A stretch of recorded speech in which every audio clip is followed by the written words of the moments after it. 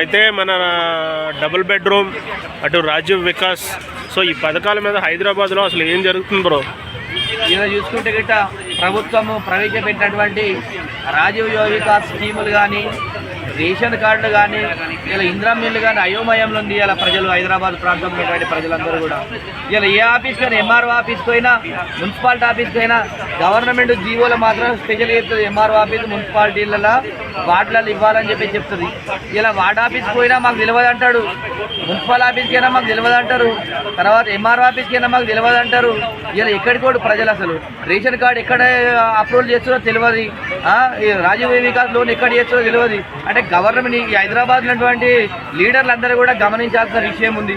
ఇలా ప్రజలకు ఇక్కడ ఉన్నటువంటి ప్రజలు అవస్థ పడుతుంటే కూడా ఇలా కంపల్సరీగా ఏ లీడర్లు పట్టించుకోకపోవడం, ఈ అధికారులు పట్టించుకోవడం, ప్రజలందరూ ఎక్కడికి పోవడం, ఇలా ఏ ఆఫీసులో చూడినా మాకు తెలియనప్పుడు అసలు గవర్నమెంట్ యంత్రాంగం ఏం చేస్తుంది? దీనిపైన కంపల్సరీ రాష్ట్ర ప్రభుత్వము తక్షణమే చర్యలు తీసుకోవాలి ఈ అధికారుల పైన అని చెప్పేసి నేను తెలియజేస్తున్నా. ఎందుకంటే గిట్ట ప్రజలందరూ ఎంతగానో తిరుగుతారండి, ఆఫీస్ కోరు ఈడికోరు ఆడికోరు ఈడుకోరు అని చెప్తున్నారు. ఇలా ప్రజల్ని అయోమయం చేస్తున్నటువంటి హైదరాబాద్ ఉన్నటువంటి ఇలా ఉద్యోగులు కానీ వీళ్ళందరూ కూడా కంపల్సరీ ప్రజల్ని బాగా అవస్థలు పెడుతున్నారు. కాబట్టి కంపల్సరీ తెలంగాణ రాష్ట్ర ప్రభుత్వం మరియు ఈ హైదరాబాద్ ఉన్నటువంటి లీడర్లు అందరూ కూడా గమనించి ఇలా ప్రజలకు న్యాయం చేసే విధంగా చూడాలని చెప్పి నేను తెలియజేస్తున్నాను. అంటే డబుల్ బెడ్రూమ్ విషయంలో ఇచ్చేస్తాం కొన్ని రోజుల్లో అని చెప్పేసి గవర్నమెంట్ చెప్పింది కదా బ్రో. అసలు డబుల్ బెడ్రూమ్ ఇప్పుడు మన ప్రాంతం నుంచి కూడా డబుల్ బెడ్రూమ్ కానీ, రేషన్ కార్డు కానీ అన్ని కానీ ఎంఆర్ఓ ఆఫీస్ జరుగుతాయి.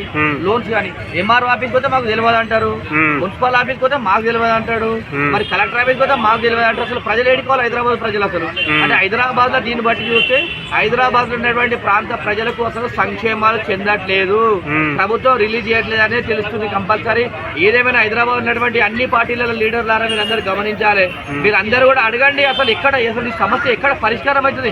ప్రజలందరూ ఎత్తురు ఇక్కడ మరి ప్రజలకు ఏ విధంగా పరిష్కారం అవుతుంది, ఏ ఆఫీస్లో జరుగుతుందని చెప్పేసి మీరు అందరూ లోకల్ లీడర్లు అందరూ కూడా మీరు అడగాల్సిన విషయం ఉందని చెప్పి తెలియజేస్తున్నారు. అంటే ఎందుకంటారు హైదరాబాద్లోనే అంటే మొన్న ఎలక్షన్స్లో హైదరాబాద్లో కాంగ్రెస్కి తగిన రిజల్ట్ రాలేదని ఏమన్నా మనసులో పెట్టుకుని ఇలాంటి జరుగుతుంది? అదే అనిపిస్తుంది. ఎందుకంటే మన డిస్ట్రిక్ట్లలో సామరస్యంగా జరుగుతుంది వర్క్. డిస్ట్రిక్ట్లలో ఓకే రాజీవ్ వికాస్ కానీ, తర్వాత రేషన్ కార్డ్స్ కానీ, ఇందిరా మిల్ల విషయం కానీ అన్ని చాకచక్యంగా పనులు బాగా నడుస్తాయి.